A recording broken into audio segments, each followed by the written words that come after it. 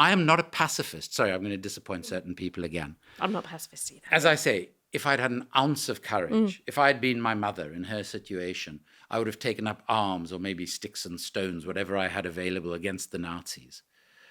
I belonged to a political movement that had armed struggle as a key component of its strategy and tactics.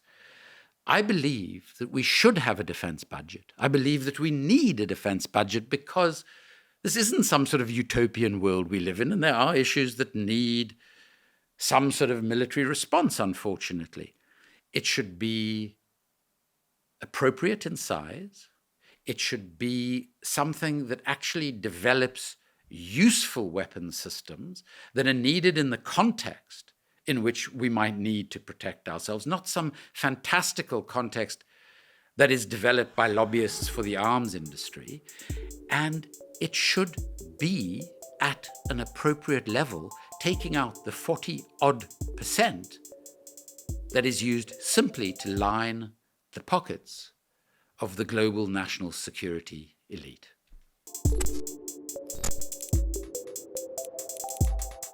A new consensus has emerged in Westminster, seemingly overnight. We need more defence spending, and we need it yesterday. But the Ministry of Defence has a record for waste that would put Tony Soprano to shame. At least £13 billion down the drain since 2010. Aircraft carriers which come in wildly over budget, many years too late, and then are beset by mechanical failures. Millions spent on outdated IT systems. And all of this, we're told, can't even do the job of keeping us safe. No other government department could possibly get away with it. But the arms trade spends billions of dollars on greasing the wheels of political consent. They employ armies of lobbyists, produce reams of favourable analyses. They bribe politicians the world over with sums of money that would make your eyes water. And all of this isn't just a crisis of corruption, it's a threat to our survival as a species. Andrew Feinstein is a former minister in the South African government turned investigative reporter. He is the executive director of Shadow World Investigations and is on the board of Declassified UK. And real heads amongst you might remember that he stood against Keir Starmer in 2024 in Holborn and St Pancras. He joins us on Downstream to lift the lid on how the arms industry really functions and to share with us his political journey. I hope you enjoy the interview. Andrew Feinstein, welcome to Downstream. Thank you so much. It's lovely to be here. Before we went live, we were having a conversation, I guess, about morality. And something that's always struck me about you, reading your work, reading interviews with you, is that you have a very, very strong sense of right and wrong. Where did that come from? I think the first thing to say in that, because it can sound horribly pretentious, is that to have a sense of right and wrong, or to have a sense of morality, it's important that you don't assume you're sort of better than other people. There are just certain things you can't do. And I don't know why. So what's in the list of can't do? Well, the big thing for me was I was in Parliament in South Africa, in our first and second democratic parliaments. And I was the ranking ANC member on the Public Accounts Committee, the main financial oversight committee. Huge corrupt arms deal undertaken by our government came to the committee, and it was horrible. I mean, about $500 million of bribes, including to the ANC itself. So it was devastating for someone like me, young, very idealistic, had been involved in the movement from a young age. And at one point, my colleagues on the committee, my ANC colleagues, because the leadership wanted us to bury this thing. And my colleague said to me, we've got to bury it. And I'd been pushing exposure. And the Speaker of Parliament appallingly organized a media conference for me and gave me a statement to read, which was that, oops, sorry, we got this whole thing wrong. There was no corruption. And I read it. Leave the media conference, driving to a workshop the committee was supposed to be having on the other side of Cape Town, and I hear myself on my car radio, and I just burst into tears. And I get to where the workshop's supposed to be held, and I call another media conference. So all the poor media have to follow me. And I say to them, sorry, I was wrong. This is what happened. This investigation is continuing. And it's a matter of, I thought to myself, I just physically, psychologically, intellectually, I can't do this. We had 2 young children at that time. And I thought to myself, if I did this, I'd have, I was promised a glittering political career for as long as I wanted if I quashed this thing. And I was young then. I was sort of 30-ish. And I thought to myself, how do I actually ever face my children and say to them, I've done this, I've done that. If you're in a situation like this, I'm going to give you advice to do A and not B. I could never do it. And I think where it comes from is my mom was a Holocaust survivor. She was Austrian. She survived the Holocaust in Vienna itself, lost dozens of her family, mainly in Auschwitz. She wasn't very well educated. She only had education until the age of 12 then as a Jew. There were no more schools, and obviously she wasn't supposed to be there.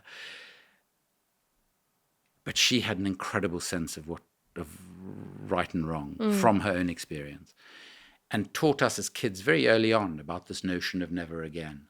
And through her, so she got involved in the anti-apartheid struggle, and through her I met remarkable, remarkable people. And these were people who all had a very strong sense of right and wrong, which in South Africa under apartheid was very easy to have in many ways. So I think that's probably where it comes from. But I suppose, it's not automatic that those experiences lead to that view of morality, because I can imagine interviewing someone who says, well, my mother was a Holocaust survivor, or, another background which involves a huge amount of trauma, threat, risk of death every day, and goes, you do what you have to do to survive, right? Absolutely. I can imagine someone saying, well, I grew up in and around the anti-apartheid movement, and I understood that some of the things that you had to do in the name of the struggle could involve the taking of a life or, acts of violence, and that's simply what you had to do. So I guess I'm sort of interested in how it went down one path for you and not this other path. So within the struggle, when I got involved in the ANC, I was sort of recruited without realizing it when I was still in my late teens, working in townships and squatter settlements around Cape Town. And I was invited to a meeting that I only discovered after the fact was an ANC underground meeting. And this one, the ANC is illegal? Oh, yeah, banned and illegal. I mean, if you were black, you could be executed simply for belonging to the ANC. And it was only after the fact that I realized this was an ANC underground meeting. And from then, that was it. There were no forms to sign, but you just understood. This was an organization that had a policy of armed struggle. I had sort of, in a wishy-washy way, thought about, well, do I support armed struggle? Do I not? And I thought, well, if I was my mom and I was sort of in my early teens when the Nazis occupied Austria, I hope I would have taken up arms against the Nazis. I probably wouldn't have, because I'm a physical coward. But in theory, at least, I would hope that I would have. I was never totally comfortable with the armed struggle, but I also understood why the ANC, and Mandela in particular, pushed for it when he was president of the ANC Youth League, where he was regarded as this, this very radical leader. I totally understand why they pushed for it, but I always sort of equivocated, and I think a part of it, and maybe part of the reason that I can tell right from wrong, I grew up as a privileged middle-class white person in apartheid South Africa. There is no greater privilege than that. So none of these decisions for me have been life-threatening. They've all been very easy and comfortable decisions to make. They were never going to materially affect my life. Yes, I had to give up a political career. I'm a great believer in the adage that every political career ends in failure. So I didn't have a huge problem with that. And the fact that I wasn't going to be a minister at a very young age and various other things didn't sort of fill me with great dread or disappointment, because those were never really my objectives. So I do think that my own very privileged upbringing might actually have made it a lot easier for me to think in this way. I mean, I just want to go back to, I guess, like the politics of the house that you grew up in, right? So, the context is this is apartheid South Africa. Your mom is working in theatre, right? She was a puppeteer, yeah. A puppeteer, and is working in a racially mixed context. Your dad also is political, as I understand it. So, like, what are the conversations like in your home? Like, how are you coming to an understanding of the society that you live in at the time? So interestingly, my dad in particular was sort of up and down with his commitment. He'd been involved in the 50s when the ANC had a sort of a white wing called what was it called? Congress of Democrats. And he was sort of peripherally involved in that. Then he got into sort of advertising. And my first ever political campaign, long before ANC stuff, was the boycott Shell campaign because they provided oil for the apartheid military. I didn't realize that like 96% of my dad's advertising agency business was with Shell. So, they were providing the roof over my head. Yeah. And there I was shouting that they must get out of the country and be boycotted around the world. So I've lived with that sort of hypocrisy most of my life. The conversations were more political than they would be in most white South African houses, because you need to understand less than 0.4% of white South Africans had ever been into a black township in 1994 when we became a democracy. The idea of how separate these societies were, people just can't comprehend. Like how cognitively separate. Oh my gosh. I mean, you'd see black people in a white area because they were allowed to work there. And then at sunset, they were gone. Because they had their ID books, their pass books that said they had to be out of the area by sunset. Some of them were allowed to live on premises in certain areas, but the vast majority had to be out. So the sort of thing that happened in our family, we had these guys painting our house who were of mixed race, what in South Africa was referred to as coloured, which is not a word I like, but that's what the nomenclature was. And they were a coloured family. And my dad discovered that the father, the main painter, and the sons had a jazz band. And one of the daughters, who wasn't a painter, was their lead singer. So we just landed up on Friday nights. They would land up playing at our house, and my dad would pay them to do that because they couldn't get regular gigs. And we landed up having these parties. And, the parties were almost exclusively white, except for the band. But that was actually illegal. So those sort of things would happen. But then I would come back from political meetings as I got older, and I would be talking about stuff, and my dad would sort of be totally oh, you're bloody communism. And I was actually never a communist, I'm sorry to have to tell you. There's still time. Came back to bite me in my maiden speech in Parliament, which I can tell you about. But my mom and I would talk more about sort of political stuff. Being a Jewish mother, she could have been a Bangladeshi mother as well, because I have a Bangladeshi mother-in-law. Oh, same. And the two are so similar. Oh, my God. They are so similar. So, both my mother-in-law and my late mother sort of believed that by comparison, Mandela had a tiny role in liberating South Africa by comparison to me.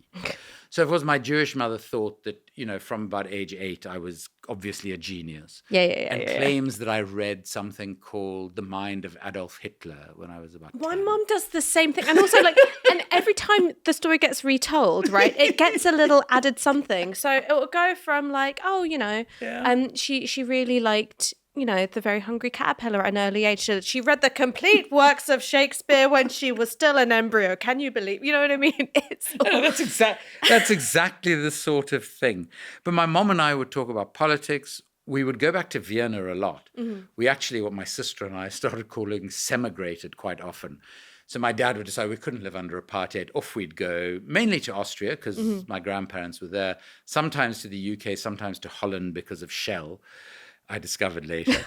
And 3 months later, my dad wouldn't have learned a word of Dutch or German or whatever, and we'd head back to South Africa. So we had this very sort of disrupted childhood, which I loved because I missed lots of school. And my mom and I would always talk, when we were in Vienna, I thought that I was a reincarnation of Sigmund Freud because I got into psychology and I read this really trashy biography of Freud. And my mother would take me to the Freud house where he'd lived and practiced. And I'd literally sit on the stairs thinking that somehow I was him. And so we'd have long conversations about what it was to be Jewish in Vienna in the 30s for him and what her life had been like. And without being theoretically political, she was a very political person. But, most of the conversations were just very normal. My dad and I used to watch a huge amount of sport together. He never knew what year of school I was in, or even when I'd been at university for 2 years, but he always knew what sports teams I was playing in, and he'd come and watch me. And what sports teams were you playing? Were you rugby or football? Hey, this is South Africa, so it's rugby and soccer, first of all. I refuse. Second of all, I refuse second of all, to sully my lips with soccer.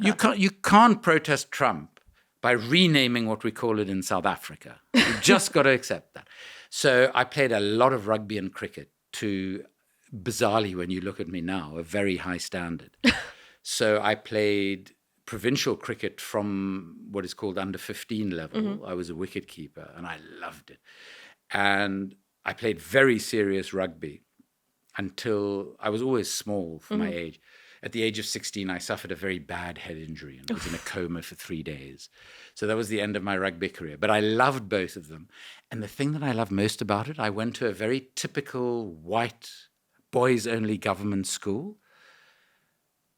People couldn't figure me out because I was a very good rugby player, a very good cricketer, but I started a debating society and I was in all the drama productions, and people couldn't comprehend how you did both of these things. It just didn't fit.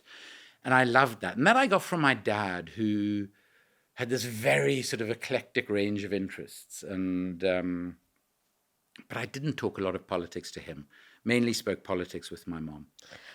One of the things that I found really interesting to think about is, what was it like towards the end of apartheid, right? Like, I think we can sort of hold in our heads a white supremacy that feels that it is in the ascendancy, a white supremacy that feels that it is unassailable.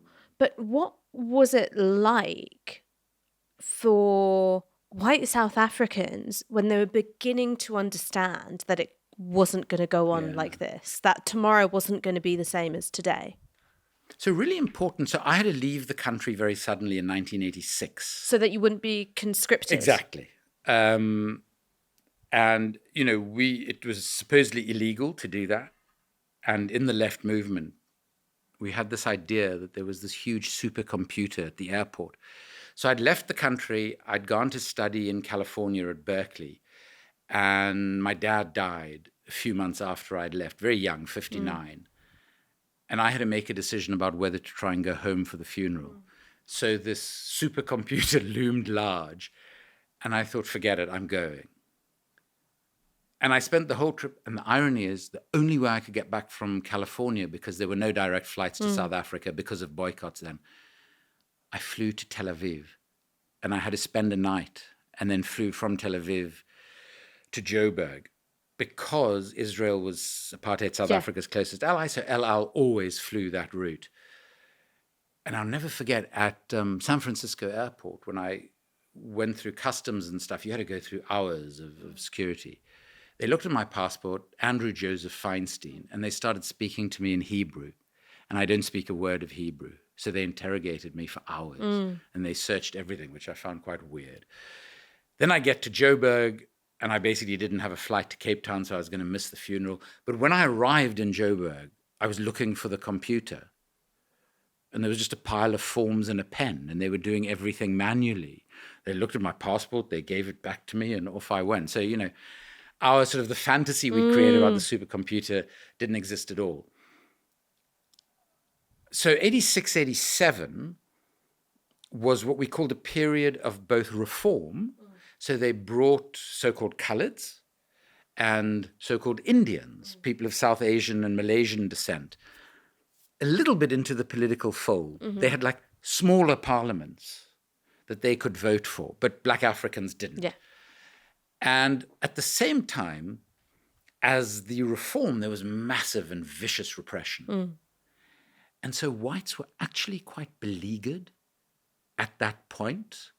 And, this was sort of, we were going to survive.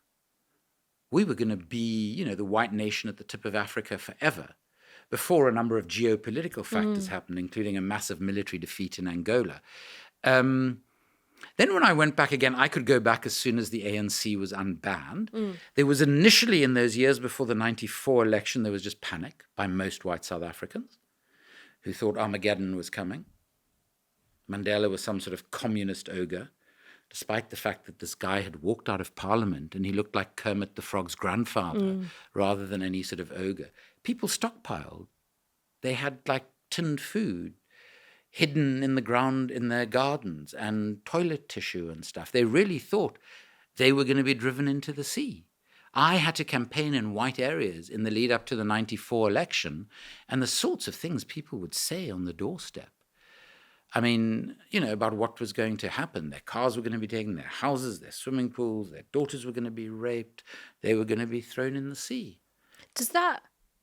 I'm hearing parallels of that sort of, fear and like apocalyptic imagining in how Israelis talk about what would happen if Palestinians got the right of return, if, Palestinians got equal political rights, if there was an actual Palestinian state of any kind, we'd be driven into the sea, our daughters would be raped, we'd all be murdered in our beds, etc., etc. Do you see It's a really prescient parallel.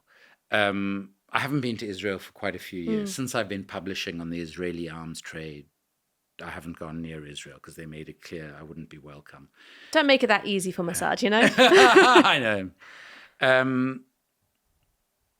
When I used to travel to Israel, and I had to a lot for my research, I hated going there because it reminded me so much of that late apartheid period. For that very reason, it feels like the last stand. And what happens in that last stand when a people are cornered is, I'm afraid to say, they lose a lot of their humanity and they become almost animalistic. And their dehumanization of, in this case, the Palestinians or black South Africans, intensifies to such a degree. And the reality is that, you look at South Africa today, and South Africa has many, many problems, many challenges. That's why I'm in the UK, not there. I got kicked out, basically. But the one thing that is remarkable about a country that for over 300 years was basically in a low-level civil war between race groups is how people live together. And, despite a very high crime rate, it's not racially motivated crime, despite what Elon Musk and Donald Trump in their infinite wisdom think. It is remarkable. You go to South Africa, and of course, economically, things are still very racialized and economic inequality is extreme. But people do get on and get on together. The extraordinary patience, tolerance of black South Africans, given their history, amazes me every single day.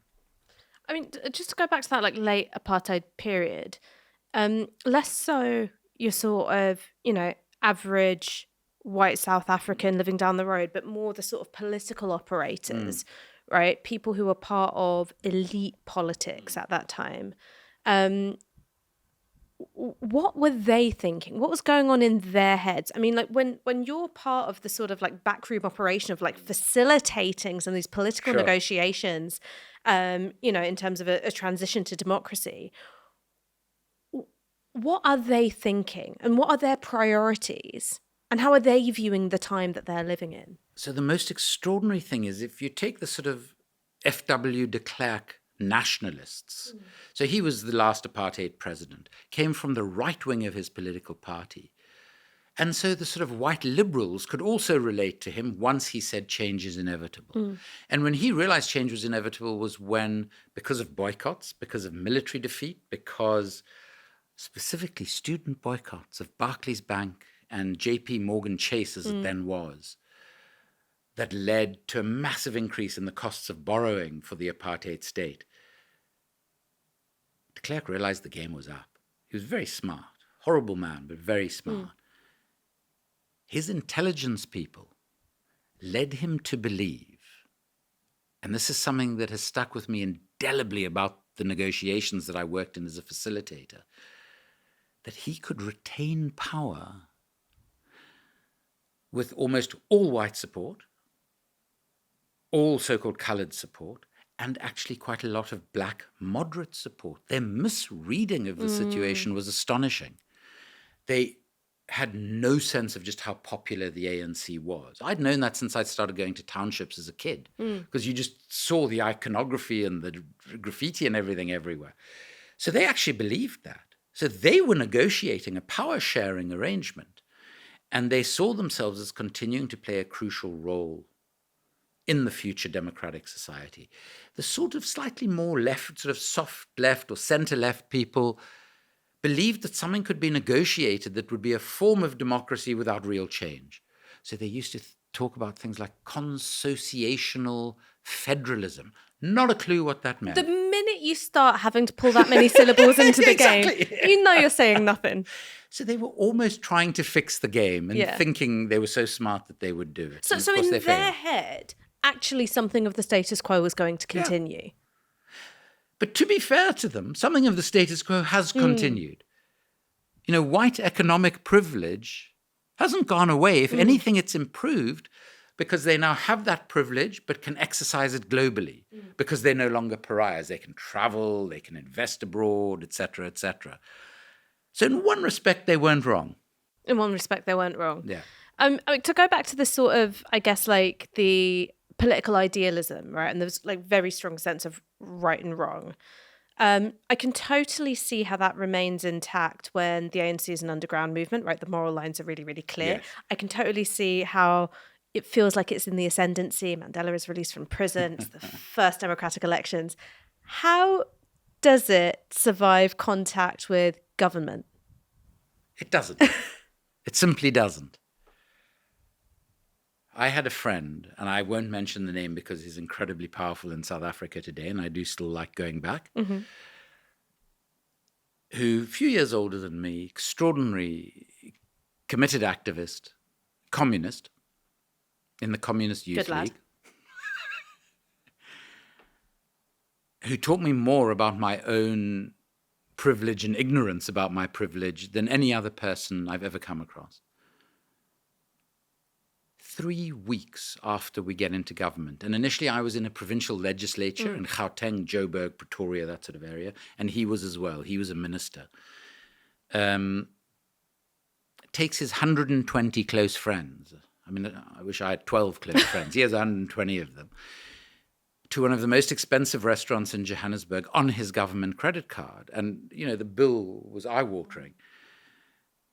And so our premier, because I played a whole lot of unconstitutional roles. I was economic advisor to the premier of the province.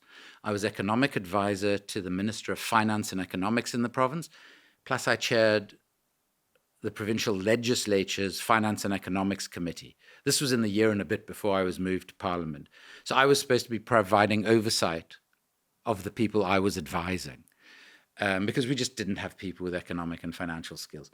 So the premier comes to me and he says, you have to go and tell him, because he didn't want to tell him, that he has to pay the money back. So I go and tell him, and he tells me what I can do with myself. So I got a wonderful journalist, a black journalist on our biggest circulation newspaper, who was a mutual friend, to go and explain to him, because I'd obviously failed. You know what he says to the journalist? He says to him, I won't give his name, but I want you to quote me here, because the journalist said to him, people are really quite pissed off. I really think you should just repay the money. The minister says to him, I want you to quote me word for word. The people can go F themselves. And this is in a space of 3 weeks. And what do you think that was? Was it, you know, power corrupts? Was it, you know, you go from living in such constraint, like under the gun, such threat, that actually once you have all this leeway, you go a little nuts with it? Like, I think it's all those things, and I think it's also a sense of entitlement. We have suffered for so long with nothing, quite literally. You know, most ANC operatives, they were given their clothes, their food, the roof over their head by the party because their lives were totally dedicated to the struggle. And suddenly you're in charge and there are all these resources and you think, well, I've sacrificed for however many years. This is now my due. So I think all of those things are a part of it. And of course, there were many people, especially the older generation, but also some of the younger generations, who, the spirit of the struggle and the sort of almost ascetic commitment to the struggle and the sort of life transferred into government. But unfortunately, not all. And those who were easily and quickly corrupted tended to come out on top. Was it painful, that sort of disenchantment for you? Or did you go, I know what this is, I can recognize it, this is what corruption is? Did you expect it? I didn't expect it. I was initially shocked when I realized what was going on. I was very disappointed, although not in people, I suppose in politics. I was disappointed in politics because I didn't think at any point, oh my God, South Africa's so awful, we're so corrupt. Typical Africans, because I hate those sort of things like, Africa is so corrupt, like it's one country, where, the corruption that my colleagues and I reveal in Britain and the US and throughout Europe is on a scale dwarfing what happens in Africa and countries like South Africa. It was my favorite thing about the World Cup, which was the sort of the real final in the World Cup was FIFA versus New York real estate developer. You're not going to out-corrupt Donald Trump. Absolutely. Oh, that's really well put. I entirely agree with you. So I suppose, and it was very, very painful, it was the realization of how quickly we had adopted the really tawdry global norms of politics and economics, of which corruption is an absolutely essential feature. That, for me, was the real shame and disappointment, because for a moment, there was an opportunity to be uniquely different and to do something extraordinary. I think if Mandela had served an extra term, if Mbeki hadn't been effectively his prime minister and then his successor, I think something very different could have happened. I mean, do you think that all struggles go through this? Because when I think about the direction of travel, post-independence for so many global South countries, when I think about what happens when, the revolutionaries take over the palace, right? The story of corruption is one which you find again and again throughout political history. Has anyone done it successfully? I really don't want to think that, but I think the evidence suggests that. And there's got to be an example. I don't believe I'm sufficiently knowledgeable to know if anyone has done it successfully. I mean, Rojava maybe, I don't know enough about it. The Kurdish struggle, which has had some interesting times recently. There's got to be an example. There's got to be an example of a struggle that stays committed, but I don't know it. Before we started rolling, one of the things that you said is that you're Jewish, but like deep down you're sort of Catholic, right? and I think about the role that faith has in politics. And I kind of think that politics is a sort of faith itself, Absolutely. Right? Especially if you're a leftist, right? Yeah. Especially if you're thinking about this society that doesn't exist, maybe has never existed, but it's the city on the hill and you just keep plodding up towards it. What role has faith had in your journey through politics and into journalism? This idea that there is a reality that isn't there yet, but you've got to strive towards it. I think that political faith has played a huge role. I refuse to believe that human nature is as neoliberals believe it is, that we're all avaricious, that greed is good, as Milton Friedman so famously said, and that if we all focus on doing the best for ourselves materially, things will work out fine. Because as an economist, I also believe that neoliberalism is simply based on a series of false assumptions. Which is a whole other debate. What false assumptions? That economic, what they called, I can't remember the economic term, homos economicus or something. The economic man is this rational being who will always make the rational choice. Now, yeah, I've met maybe half a dozen human beings like this, but there are a few billion others. And I simply think that to base an entire economic thesis on this notion that there is this sort of inherent rationalism, economic rationalism, to the way that human beings behave is just profoundly wrong. And again, I'm going to disappoint you, but having spent a lot of time studying economics, I don't believe that there is one economic model that is appropriate in all places at all times. And I think South Africa is a great example of that. Because we just adopted the Washington Consensus because we had no choice, which was a nonsense. I think it has to be adapted. And I think at the core... Socialism with Chinese characteristics. There you go. At the core of any economic objective should be the greatest possible equality and justice, in my opinion. Now, clearly, a lot of people don't share those sort of objectives. But I think there are multiple ways to get there, and I think it's quite complicated. I'm also becoming more and more, because I don't like defining myself politically, because I don't know how to anymore. And when David Graeber was alive and doing the extraordinary work that he did, I started feeling very comfortable with anarchism. But I don't think I've ever developed a sufficient understanding to be able to proudly call myself an anarchist. I needed him to be around a bit longer. Yeah, we all did. Yeah. I'm an extraordinary human being. Wow. But I do have an inherent faith in human beings. And I believe that people are good unless led away from goodness. And I think that our political and economic systems are designed to bring out the very worst in human beings. And I know this is going to sound incredibly naive and idealistic, but honestly, doing the work I've done for the last 25 years in the arms trade on conflict and the most corrupt trade imaginable, the most avaricious and awful people imaginable, I really shouldn't believe this at all. But I still do, because I believe there have to be fundamentally better ways to organize ourselves as human beings and to behave as human beings. Because I think a lot of the time in what I, with hope, call the late neoliberal, liberal democratic period, because I think we're at the end of the paradigm and we're in a sort of an interregnum where no one knows what's going to come next. Thank you, David Graeber. I think that there has got to be a better way. I do not believe that human beings instinctively and naturally are as evil as most human beings are today.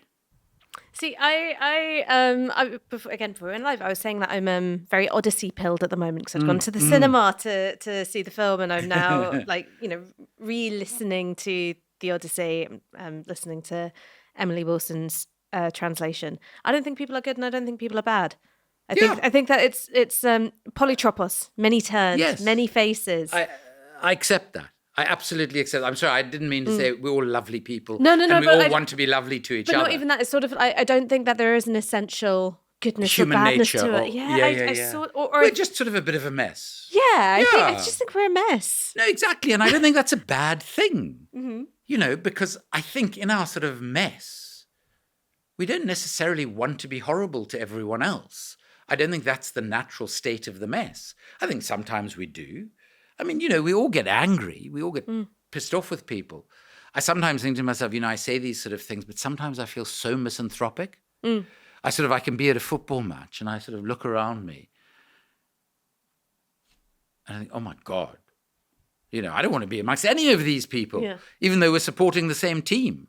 I want to escape my body somehow. And it's sort of, but I do think there is a sort of I don't think people are naturally evil. I just really, really don't. And, I've heard, obviously I take seriously Arendt's notion of the banality of evil. But I don't think we're naturally evil. I think we're put in situations in which instinctively I would probably be very evil too. And I think people often make choices that are evil, but that doesn't make them inherently evil. Did your mum share the same view as human nature as you? Very difficult to know, because she could be the most tolerant and accommodating person, but literally within the same sentence could be scathingly dismissive of people. And the two sort of I found a bit confusing. But that is human nature. That is the sort of wonderful confusion of it. A very tragic thing happened when my mom got very ill later in her life. She became incredibly racist. She just had a series of operations, and she was the least racist person imaginable. When she first met my partner, who is Bangladeshi, first thing she said to her, which was a bit cringy, but, "Oh my God, you'd have such wonderful chocolate-colored children." And, you know, but in her later years, she got sort of blatantly racist and would insist on phoning into radio talk shows. And the first thing she'd state is that she was my mother, and then say something deeply racist, which was difficult, but she was out of her head on various drugs and post-operative stuff. And for a while, it did make me rethink instinctive human nature. But she never spoke about the Nazis as though these were all horrific human beings, weirdly. How did she talk about them? She spoke about it as an evil system.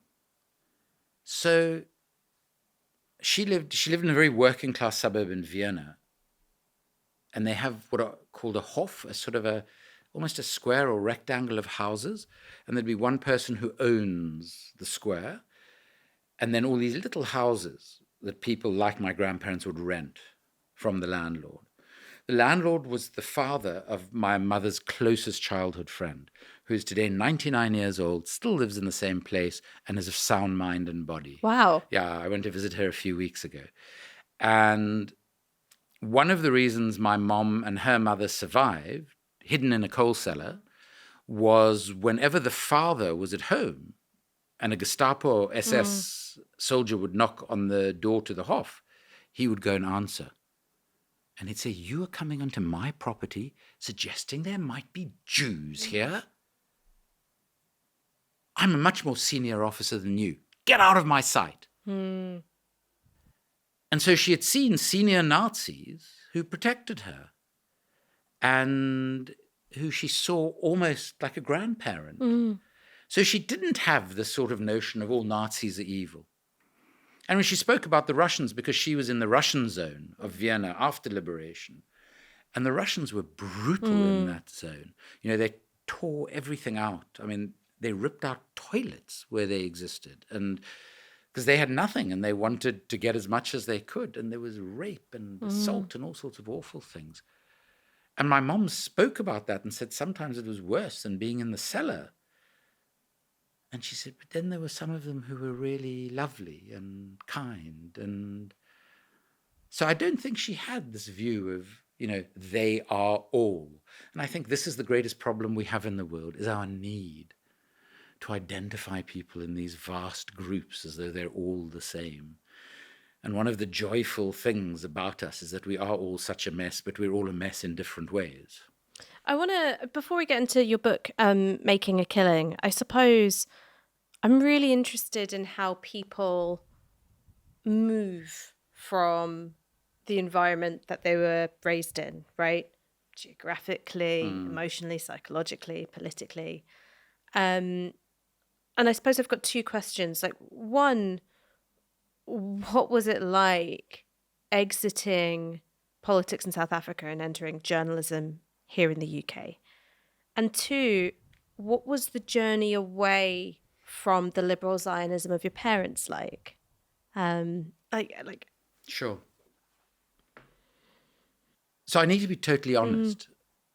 I mean, first of all, the move away from politics, you know, it was both the move from South Africa, which was cowardly of me in some ways. I mean, Thabo Mbeki had gone on television in his only national address to the nation outside of his annual State of the Union address to say that I was a traitor to our democracy because of all of this corruption. And it was only years later that all of the corruption became publicly known when my first book came out. And I had to get out. And my wife had grown up here and her family were here. And we thought I'd write my first book here and after a few years go back, 25 years later. And it was really difficult initially. I missed it so terribly. But I was lucky in that I'd gone to 12 primary schools in 3 different countries. So I was used to uprooting. My parents moved 29 times in the 32 years they were together. Wow. My father bought a house for the first time in his life. My parents had by then separated 3 days before he died, and died in that house. So it clearly didn't suit him. So, I did have that sort of itinerant nature in my childhood, which probably made it a bit easier. And from a distance, I'd loved the UK and loved England. And there were many things I came here that I was very excited about. Moving out of the politics, I never saw myself as a formal politician. I don't believe in career politicians, which Jeremy Corbyn sometimes upbraids me for. Yeah. And, even activist career politicians, I just don't believe in that. In representative democracies, your representatives should come from your community, represent us for a period of time, then go back to whatever they were doing. I think that's the only way this type of democracy can work. Cincinnati should go back to the plough. Yeah, exactly.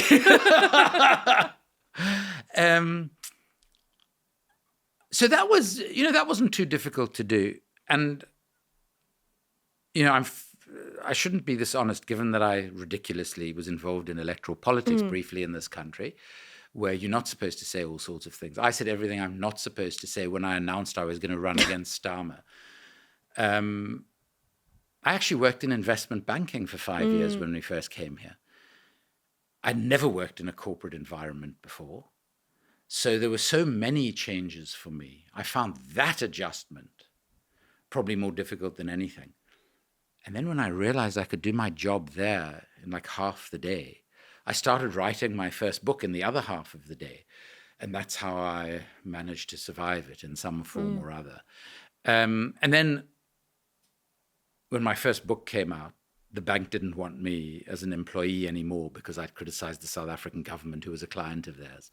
So I was given very short time. I'm very good at getting fired. It's the one thing I'm particularly Fired on good at. terms or fired on bad terms? Golden parachute or no? Well, yes, exactly. That's what I mean by good terms. I mean, we funded our work in what is today Shadow World Investigations for probably about 7 years. Because I said to them, I feel as though I'm getting fired for expressing political opinions. And they were like, oh, do you feel that way? Would you like some money to not feel that way? Exactly. I still felt that way, but I took the money. That's what I mean by being good again. I didn't even realize that I had a pension fund from Parliament. And after I'd been in the UK for 3 years, I get this letter telling me I have this pension, which was very generous in South African terms. Here I could maybe get a subscription to a magazine with it. So it was an adjustment at all sorts of levels. Once I was released from that and I had enough money to live comfortably, the middle-class comfortable existence again, and start doing what I really wanted to do, which was to investigate the global arms trade, which had played such an important role in destroying our nascent democracy in South Africa. I felt liberated in some ways, and I think I could appreciate the UK more then as well. And when I look back on it now, it feels like the various transitions were actually quite easy. They probably weren't that at the time, but they feel as though they were. And in terms of the journey away from the liberal Zionism that, look, I'm getting this from sort of, internet research, so it could be wrong, but, that I understand that your parents held. Yeah. What was that like? Okay, so they took us to Israel a lot. And, we'd go to Yad Vashem, and that's where we'd hear a lot of my mom's stories. And, I mean, my dad, I'm not even sure he was a liberal Zionist. He... I worry if he was alive, what his view on the genocide would be. I really do. And for me, it's been a gradual process in which the ANC played a huge role. Because the ANC, our struggle was very closely aligned. We were very close to the PLO, the Palestine Liberation Organization of Yasser Arafat. Our struggles were very aligned. We were also very close to the IRA. Again, the 3 struggles were closely aligned. And I think we probably provided a variety of things to each other, including weapons, would be my guess. And so I started to learn about a very different Israel. And I started to learn about Palestine, which I knew nothing about, when I first got involved in the ANC. And that sort of intensified as I got older. And I, for a time, described myself as a non-Zionist because I just felt uncomfortable with Zionism, but also uncomfortable with anti-Zionism, which I think was a leftover from my parents. And then as I came to understand the extent of the brutality, but also the systemic nature of Zionism and its role in the global arms trade, was the point at which I found myself quite comfortably describing myself as an anti-Zionist. I suppose I had this conversation with Daniel Levy, which is there's an anti-Zionism which is born of push factors, say, right? So, being repelled and appalled by the brutality of the genocide, the brutality of the apartheid system sustained by the Israeli state, going back, reading about the Nakba, learning about the history of Zionism, right? You are repelled from Zionism into the position of anti-Zionism. But then, there is this sort of pull factor, or trying to create a pull factor, which is a different kind of Jewish identity which exists in the diaspora. And I sort of wondered, is that something that you've thought about very much, or is it still very much about the I'm repelled by this and so this is the position I take? I tell you what it's a combination of. It's a combination of the push factor, without a doubt. But then on the other hand, I made a trip to Palestine. I took a group of South African human rights activists quite a long time ago now. I can't remember exactly how long, maybe 10, 12 years, organized by Breaking the Silence. And we spent... And Breaking the Silence, for viewers who might not know who they are. So Breaking the Silence is a group of people who've served in the Israeli military, but who have either left, the people who founded it left the military because of the orders they were given, which they saw as immoral. And what they do is they give Israeli conscripts an opportunity to anonymously, which is very controversial, anonymously every 6 months, they compile this anthology of the experiences of conscripts who've been given illegal, immoral, horrific orders, which, of course, as we get into the genocide, has been more extreme than it's been for a few years before that, although every period is pretty horrific. A very interesting organization who I've remained close to. I knew the two founders well after this trip and have huge admiration for them. Both of them at the time were Orthodox Jews. One of them has completely lost their faith. They don't run the organization anymore, but remain remarkable people. That trip, for me, in South Africa, it wasn't just about being repulsed by apartheid. I felt at home in non-racial South Africa. I felt totally at home in townships. I mean, I lived in one black township outside Cape Town, illegally, because whites also couldn't be in black townships, for 3 months with this unbelievable activist family. And there I was, this little white kid. I had a little white Mini, the original Mini, not the fancy BMW one. And I could drive in and out of this place that, most whites thought if you went within 100 miles of you'd be killed. I'd drive in and out. People would wave to me. I've always felt very much a part of that society. I felt a very similar thing in Palestine. I could immediately relate to Palestinians. And of course, there'll be political factors. There'll even be some cultural factors because there are huge similarities. I've never been a great joiner. I mean, I've joined political parties twice, and both times it's ended disastrously. So I've never needed to feel a part of a community. I've never needed to feel a part of the anti-Zionist Jewish community. I am a part of it, and I'm incredibly proud to be a part of it. But if I had to say, where is your home in this struggle? I would say my home is amongst Palestinians. And that was very similar in South Africa, rather than being amongst, of course, once I was in the ANC, there were all these extraordinary white activists, Joe Slovo and various others, who I got to know, who I loved being around. But I was most comfortable in townships amongst black comrades.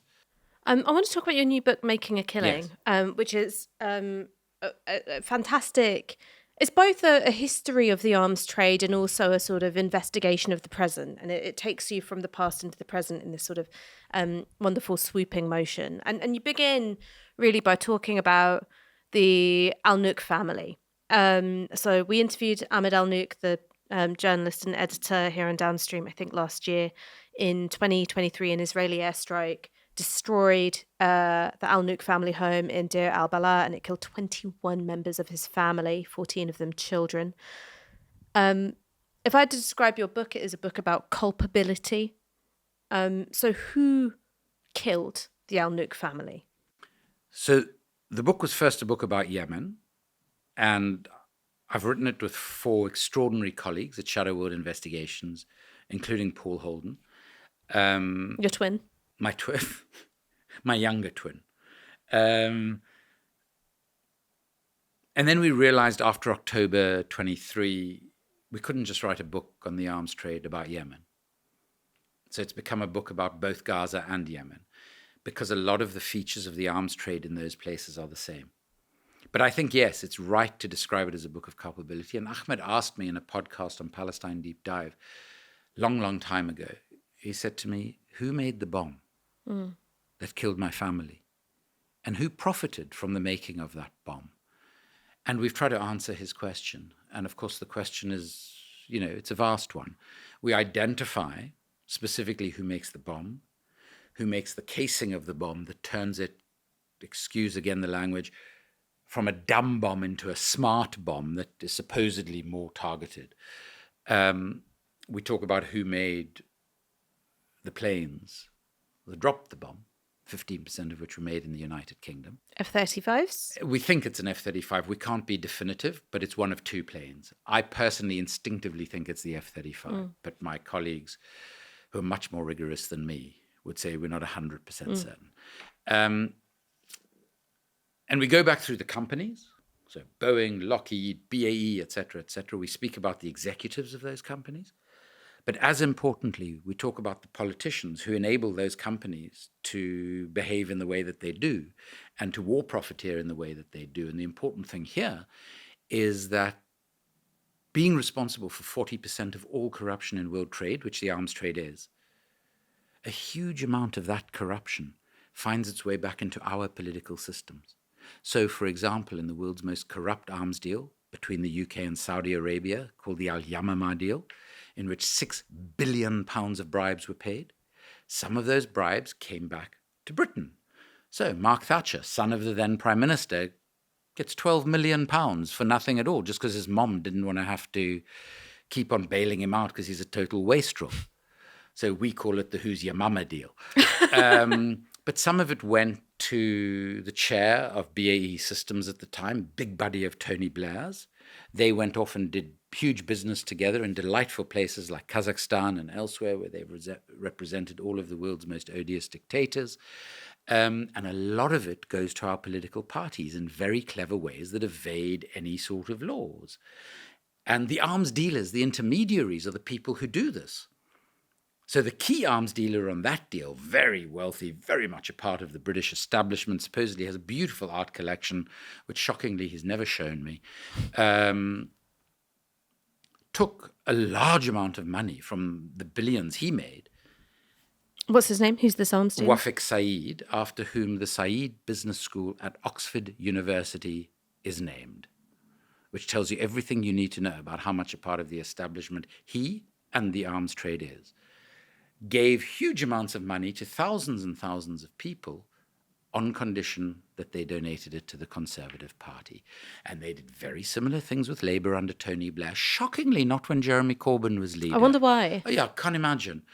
So it's really important to understand that this isn't just about, Saudi royals, Netanyahu and his inner circle, the Emirati royal family, making billions out of these arms deals. It comes back and corrodes our own political and democratic systems, which in turn ensures that those systems will always ensure that there is constant conflict and that our defense budgets go higher and higher and higher, obviously for a number of geopolitical reasons, because of the particular geopolitical vision these people have, but also because of the way the money oils our political system, because all of these people go into incredibly well-paying jobs in these or related industries once they've left office. So they're effectively being rewarded for the policy decisions they make in office once they've left office, which is corruption. I'm going to come back to defence budgets and I'm going to play devil's avocado on the Sure. defence budget. But before we get there, to go back to the F-35, take a single F-35 plane. How many countries are involved in building it? It varies. There are different variants, and I'm sorry to have to be so sort of precise and detailed. It's 25 years of doing this work. But in general terms, there would be between 20 and 26 countries involved in the production of every variant of an F-35. And so why is it that in an era or a point in time where we're very sensitive to how easily long supply chains can be disrupted, all right? There's been a huge focus of, Western governments, since COVID. Sure. Why is it that this is still the preferred model of the arms trade? Everyone else is trying to make supply chains shorter. Why does the arms trade want a really long one? For a number of reasons. First of all, it consolidates political alliances. So it ensures that if you're all producing a product together, you're unlikely to fight wars against each other, but you will fight wars together against others. So that's a very important and useful political reason. Economically... So it's almost like what marriage was for the Habsburgs. You've got these supply chains. It's a great analogy, okay? Thank goodness young women don't have to suffer. They don't have to get married off. But the reality, companies' economies suffer because a focus on defense, like John Healey and Andy Burnham are now promoting, and of course Keir Starmer did fanatically, and the Tories always do, is an absolute nonsense economically, but that's a separate conversation. So that's the one reason, is simply the politics of it. There are economic reasons, including economies of scale. So if a particular place specializes, and of course these things are becoming more and more technologically advanced, so even a tiny input made in Belgium can be incredibly important. And if a factory in Belgium has specialized in this and does it incredibly well and does it on a scale, so it's selling for all sorts of purposes, that's called an economy of scale. So each item is not as expensive if there were only 3 or 4 of them being produced. So if Lockheed Martin, the biggest arms company in the world, was making everything, it would lose some of those economies of scale. Plus, it wouldn't be very good at certain of the components, whereas by doing it in this way, there is an economic logic to it. However, the way they've put it together just hasn't worked. The F-35 is a really terrible weapon system. It's also the most expensive weapon system ever produced. But there've been, people within the US Defense Department, inspectors general, who've said that it's not fit for purpose. At times, the brains of the thing, the combat suite, just hasn't worked. When it took off from an airbase in the US to fly to the Farnborough Air Show many years ago for its European launch, it caught fire as it was taking off and never got here. So despite these sort of economic advantages, in practice, it hasn't worked. I mean, there's also something which you write about in the book, which is almost like a moral diffusion that comes with, if everyone's part in the production of whether it's an F-35 or a different kind of bomb, is so tiny, a sense of innocence can be preserved. Oh, absolutely. But more than a sense of innocence, I think it was implicit in what I talked about, the alliances. But it's good to draw it out because it means that it's not just the Americans trying to close down the international rule of law. It's most of Europe. It's even parts of other continents that normally wouldn't be part of this large alliance, because we're all a part of it. You're quite right, we're all culpable. And therefore, we can ameliorate our own guilt a little bit if we even feel guilt. Let's turn to John Healey. So John Healey is now Chancellor of the Exchequer. He's made no secret of wanting much bigger increases in defence spending. And just this week, a Russian warship took part in a firing exercise not far off the Plymouth coast. And so John Healey, if he was sitting in my chair, and what a world that would be, he would say to you, well, look, the first duty of government is the protection of its citizens. So not only is it rational, it is entirely moral for us to increase defence spending at this time. What would you say to that? Oh, a whole lot of things. First of all, let's remind ourselves that the Defence Secretary, Wes Streeting, and I still find that very weird to say, said of the Russian ships, they were purely performative. And that's exactly what they were. They were not about to invade Britain. Okay? There are two things I'd like to say to John Healey. The first is any sort of realistic analysis of the state of Russia at the moment, because Russia is the big enemy at the moment, that is not done by somebody who's earning huge amounts of money from the defense sector either now or in the future, which is almost everyone who comments on it in the mainstream media. Russia is militarily and politically in a mess because of the Ukraine conflict. Okay, so Putin was told by his intelligence agencies, in almost as bad a repetition of what happened to F.W. de Klerk, that this was going to be 10 days, 2 weeks maximum to achieve his objective. Cakewalk. Okay, how many years into it are we? It has been a disaster for them militarily. It's been a disaster for him politically. They do not have the military capacity to launch an invasion into any other country at the moment. Militarily, their main objective is to get out of the Ukraine without losing too much faith. And that's why Trump's been trying to do that for them since he's been in office. The problem is that what I'll very broadly and slightly crudely call the military-industrial complex requires enemies. And regardless of the facts on the ground, the actual reality of the analysis, there will always be an enemy. And if China and Russia aren't being bad enough, okay, even with our distorted analyses that we see in mainstream media, there's always North Korea, which has huge nuclear capability. Actually, it doesn't, okay? That's the first thing. So there's this sort of threat enhancement that always takes place amongst the national security elite. And if I've got you right, just very quickly to linger on this point, you're saying that the arms industry itself, directly and indirectly, funds and produces political analyses and threat assessments, which create enemies, which then feed back into demands for increased defence spending and therefore arms trade profits. If you want to understand this, just listen to what Lord Robertson says. Lord Robertson says. So Lord Robertson is a former defense secretary of this country who then went on to lead NATO. And he now belongs to something called the Cohen Group. We write about this in the book. Okay, what does the Cohen Group do? It basically invests in the defense sector. So what is needed for its investments to be successful? It needs defense spending to go up. And Lord Robertson is on television and in our mainstream media every single day, and nowhere is it said that he's a very senior executive at the Cohen Group, that he is making money every time we spend another pound on defense. Instead, he is presented as some sort of informed, neutral observer. Okay? So it is a nonsense.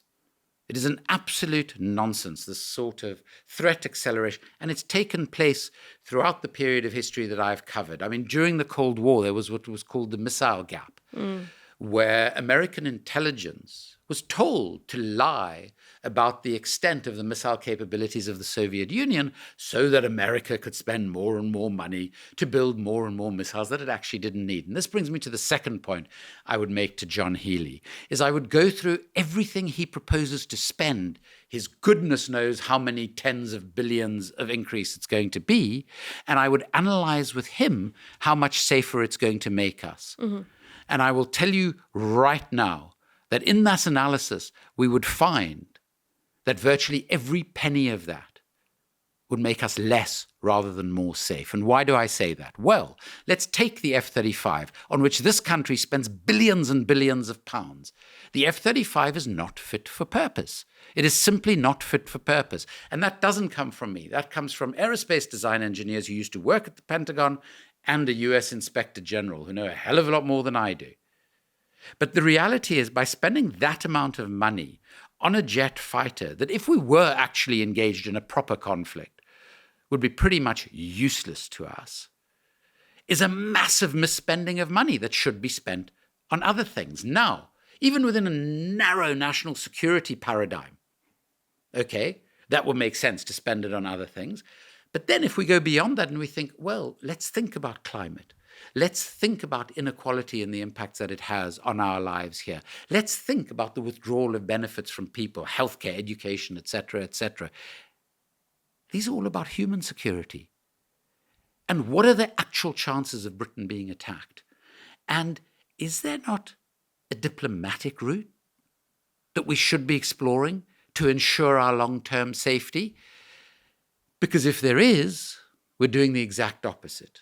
And to give you just a very simplistic and facile notion of just where our focus is, okay, remembering that Boris Johnson dissuaded Ukraine's President Zelensky from going to the negotiating table to end the conflict very early on, when many thousands of lives would have been saved. The United States, which leads the Western Alliance today, the government employs more people to run one aircraft carrier than it has diplomats across the entire world.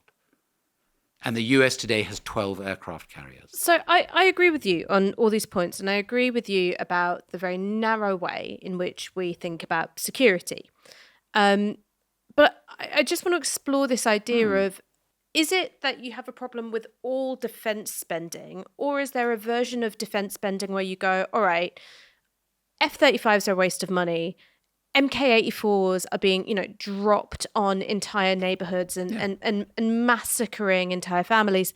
But interceptor drones, that makes sense in an era of drone warfare. We should be focusing on interceptor drones. If they work properly. Which they don't. So, a lot of the stuff, I used to be able to go to arms fairs all the time before I published on this stuff. It was fascinating. When in the immediate aftermath of 9/11, when it was all about the so-called war on terror, all the defense companies took everything they'd been producing for decades, and all the PR showed how essential it was to the war on terror. It was useless for the war on terror. One of the key things that the US government identified after 9/11 was that the Coast Guard was just totally inadequately equipped. So they gave Lockheed Martin, again, of course, an $11 billion contract to resupply the Coast Guard to make the US more secure. In 10 years, they produced one vessel. When that vessel was launched, its hull cracked. So the 11 billion got absolutely zero more security for anyone. And what was the Pentagon's response to that? To give them another $10 billion. This industry... No one gets to waste the MOD and the Pentagon. No, exactly. So the reality of this is the more we spend on defense, the only things we're guaranteed is that there's going to be more corruption, more waste, and unfortunately, nothing that is particularly going to make us safer. And I tell you who speaks to this far more eloquently than I do, is the families of soldiers who've died in conflict for the British Armed Forces, who have complained and complained and complained about the inadequacy of their child's equipment when they were killed in action. I am not a pacifist. Sorry, I'm going to disappoint certain people again. I'm not a pacifist either. As I say, if I'd had an ounce of courage, if I'd been my mother in her situation, I would have taken up arms or maybe sticks and stones, whatever I had available against the Nazis. I belonged to a political movement that had armed struggle as a key component of its strategy and tactics. I believe that we should have a defense budget. I believe that we need a defense budget because this isn't some sort of utopian world we live in, and there are issues that need some sort of military response, unfortunately. It should be appropriate in size. It should be something that actually develops useful weapon systems that are needed in the context in which we might need to protect ourselves, not some fantastical context that is developed by lobbyists for the arms industry. And it should be at an appropriate level, taking out the 40-odd% that is used simply to line the pockets of the global national security elite. Why is Tony Blair the poster child for what the arms trade does to democracy? Margaret Thatcher, at the end of her life, described her greatest political achievement as Tony Blair, because he had turned the Labour Party into the Tory party, basically, into a neoliberal, warmongering party. But there was something else. I don't think Thatcher was in it for personal gain. I mean, her husband was deeply corrupt, made money out of apartheid South Africa, amongst others. Her son, Mark Thatcher, got the bribe on the Al Yamama arms deal, etc., etc. But I don't think she was personally corrupt. I believe Tony Blair is, and I've written extensively about Blair. I do a very sort of back-of-the-envelope, very basic calculation that suggests he's made over £110 million personally, directly and indirectly out of the decision to invade Iraq, and his association with companies like BAE Systems and Lockheed Martin, who, of course, profited massively from these things. And then he famously, on the most corrupt commercial transaction in economic history, the Al Yamama arms deal, £6 billion of bribes, he quashed the Serious Fraud Office inquiry into it. Why? Because they were ready to finger, amongst others, his best mate, Sir Richard Evans, who was executive chair of BAE Systems at the time. So I think he's tried really hard to be the poster child of what is so bad about the global arms trade in everything he did in his political career and post his political career. And if somebody says to me, hey, give me an example of a sort of a war profiteer, that sort of now pale, long-haired vision immediately comes into my mind. Skeletal. I mean, there is something very strange about it. I can only hope that he is a serious Catholic, that that's not also performative. Because if he is, he must be going through such trauma. And what awaits him in the afterlife is unimaginable to those of us who are not people of faith. I'm going to pretend to be an arms industry lobbyist for a second. All right? Please do. So I'm very well paid. I'm very You're well paid. looking good for it. I'm looking good for it. It's all right for you with your middle-class job in London to be saying all of this and taking a firm stance against the arms industry. But we here at BAE Systems or Lockheed Martin or whoever Elbit else it is. Systems, where I was Elbit today. Systems or whoever. We create high-paid blue-collar jobs of exactly the kind that have been disappeared from the economy, right? These are often unionized jobs, often very, very high levels of trade union membership. Not only are we creating good, dignified working-class jobs in a way that no one else is, we drive technological innovation, and things which have been developed for military use then get civilian uses, which are obviously hugely beneficial. Could be GPS, could be anything else it is. We are, whether you like it or not, we are central to the project of national prosperity. So take the safety out of it, right? Take the, lives and whether or not it makes the world better or worse, safer, less safe out of it. We're good for the economy. This is the conversation I love. Thank you for raising it.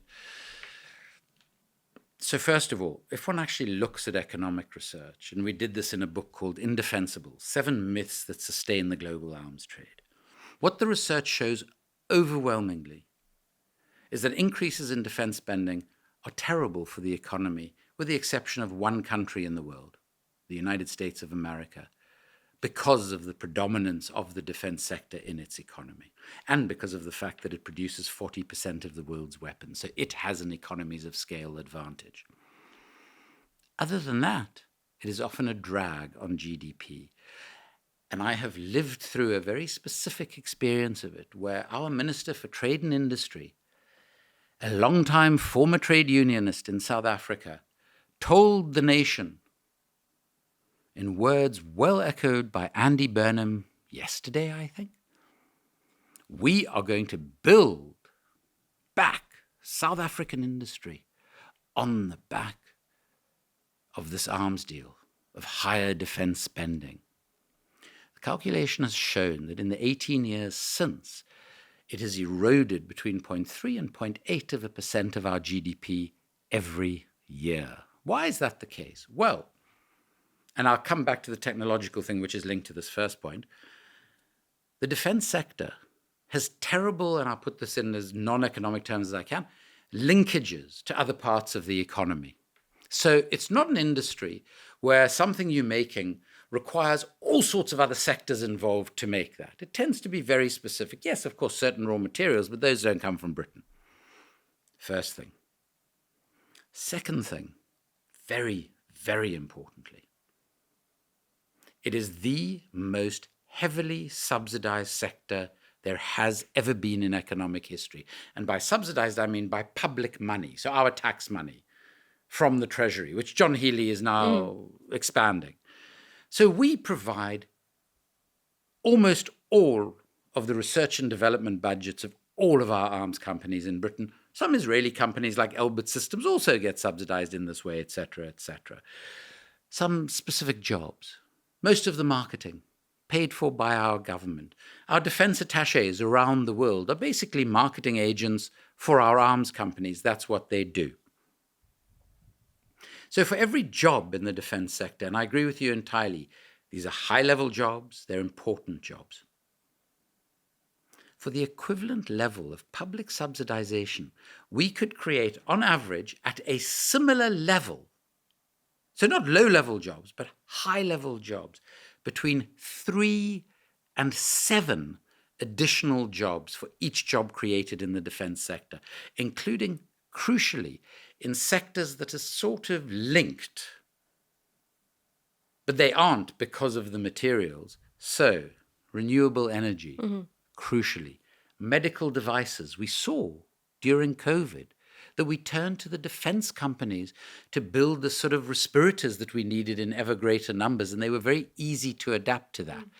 So my response to that would be, first of all, let's be driven by the facts, by the actual economic information, rather than by your political and economic ideological wishes.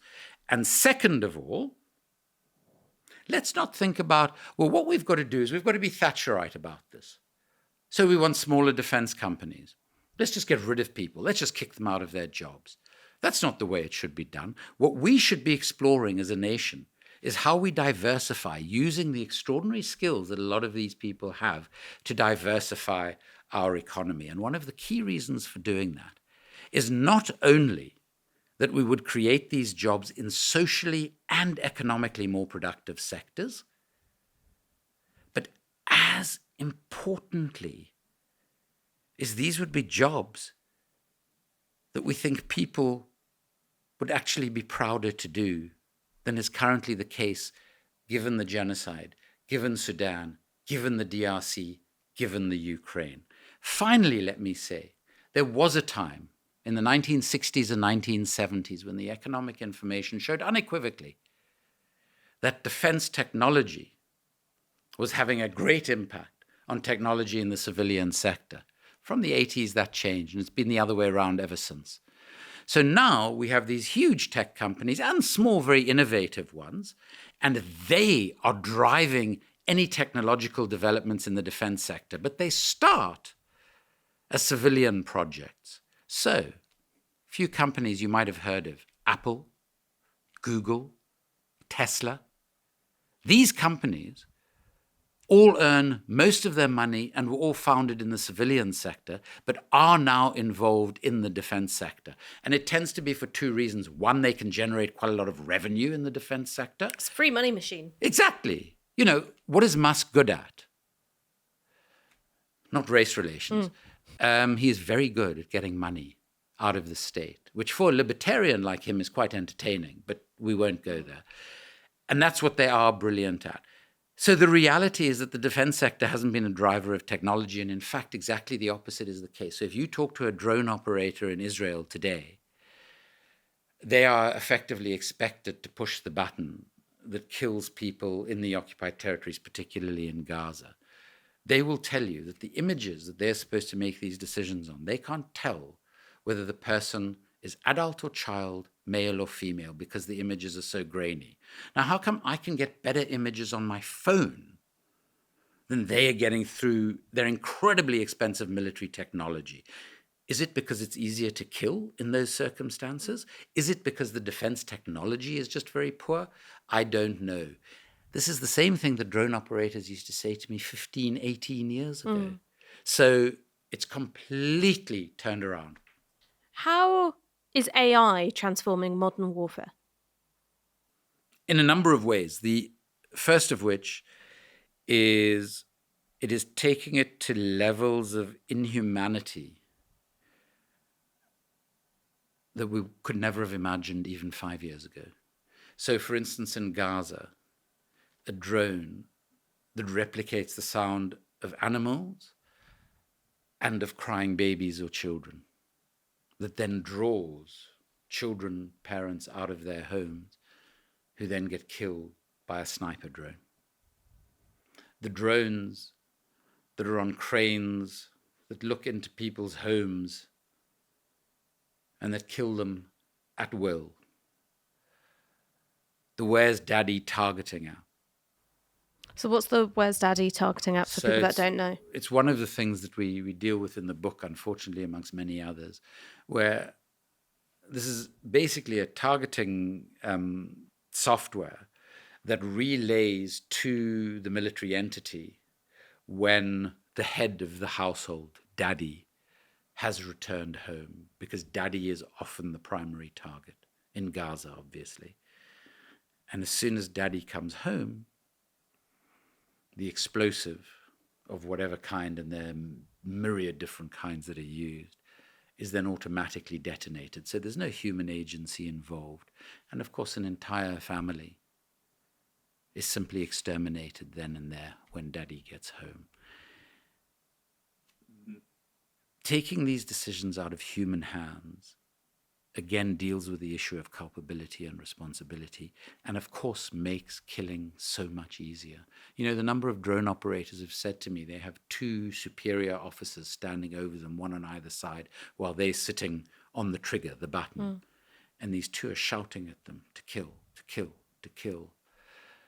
If you take that element out and a machine simply decides and does it, it means a hell of a lot more people are getting killed, because Israel at the moment, the military are under instructions that for what they call a low-level target, 20 civilian deaths are acceptable for every so-called low-level target. For a so-called high-level target, 300 civilian deaths are acceptable. When you have a machine, you don't even need those numbers. It's no longer a trolley problem at all. Exactly. And there's no human emotion. There's no part of the machine's brain that is thinking, oh, I wonder how many other people are going to die. It just happens. And the other problem of this is that the people who are driving this technology, and we have a whole section in the book about the so-called tech bros, as they like to be called. And, you know, I spent 25 years investigating and researching fairly unpleasant people. These are the most odious, egregious human beings I have ever looked into in my life. I mean, 2 of them, to give you examples. Peter Thiel, who founded Palantir, which does a lot of this targeting software and various other things. Elon Musk of Tesla. Both spent formative years in what was then apartheid South Africa. One part of it, Thiel, was in what is today Namibia, but it was then still part of apartheid South Africa. Their grandparents moved to those countries because they were the closest they could find to fascism post the Second World War. Because apartheid South Africa, to go back to where we started, was effectively ruled by people who had been jailed during the war because of their Nazi sympathies and involvement in pro-Nazi militias in Southern Africa and German Southwest Africa. And these people learnt exactly the wrong lessons from apartheid. They are unrepentant white supremacists, amongst many other things, who simply believe that there are certain human beings who don't deserve to live. and they define them in all sorts of ways. And these are the people who are not only driving AI, because our governments are so totally inept and don't even understand what AI really is. These people themselves are drafting all of the regulation of AI. So they're regulating themselves, which means they're not regulated at all. And its impacts are terrifying, not just in warfare, but in terms of surveillance and repression at home as well. I suppose my final question to you is to go back to the political. In 2024, you stood against Keir Starmer in Holborn and St Pancras. You took a chunk out of his majority. Now that he is no longer leader of the Labour Party, do you think you're going to do it again? I stood against Keir Starmer because I believed that the people of Holborn and St Pancras deserved an alternative, who was opposed to genocide, opposed to the corruption of our politics, opposed to authoritarianism. We'd had him for almost 10 years by then, and we knew everything about him, and we said this is what he would be like. Turned out probably even worse, because I must say, I didn't realize quite how bad at politics he was, which did shock me a bit. I tell you what I feel a responsibility for. Oh my gosh, we're coming back to the Catholic thing. I feel a responsibility to ensure that the next MP for Holborn and St Pancras, because I don't think he'll stick around for that long, might be till the next election, might be before then, whenever he gets a big enough job offer, I fear, or one that he thinks is prestigious or evil enough. He'll be gone. The next MP for Holborn and St Pancras needs to be the antithesis of Keir Starmer in every possible way. Personally, politically, needs to represent the very opposite values that Keir Starmer has represented, because I think he has been an embarrassment to the vast majority of people of our very diverse borough. And whether that's me or not. But do you want it to be you? So I don't want it to be me. I honestly believe I'm 62 years old. Why do we need another white old man in Parliament? And people say to me, oh, but you're quite a good public speaker. And Parliament shouldn't just be a debating chamber. And we have so many incredibly talented, much younger people in an incredibly diverse borough like Holborn and St Pancras, that there's got to be someone far better than me out there. I also think that we've got to be sensible on the left. We've got to ensure, opinion polls show, because of course now my name suddenly appears in the polls, which they never did during the election or in the years subsequent to. The Guardian mentioned my name once in the election campaign, sort of, despite the fact that I'd written for them for 20 years, forgot to mention that I had a political history, You were just some dude. Serving amongst others. No, I wasn't just some dude. I was just some radical leftist. Yeah. And it shows that myself and the Greens would together get well over 40% of the vote. So we would win the constituency really easily. And we're just in the local elections. My little organization, the Camden People's Alliance, had a sort of an agreement, an alliance with the Greens. So we stood in 2 wards and won a councillor where the Greens didn't stand. And I think those are the sort of politics. I really like the idea of local politics driving radical politics in the country going forward. So I think there are a lot of conversations to have on the left. And I think we are a long way away from saying A or B or C should be the candidate. I think the commitment has to be to the type of person we want to see representing the people of Holborn and St Pancras. And I do feel a very deep responsibility to ensuring that that is the anti-Keir Starmer. Andrew Feinstein, thank you so much for joining us on Downstream. Thank you so much for having me and for the work that you do. Oh.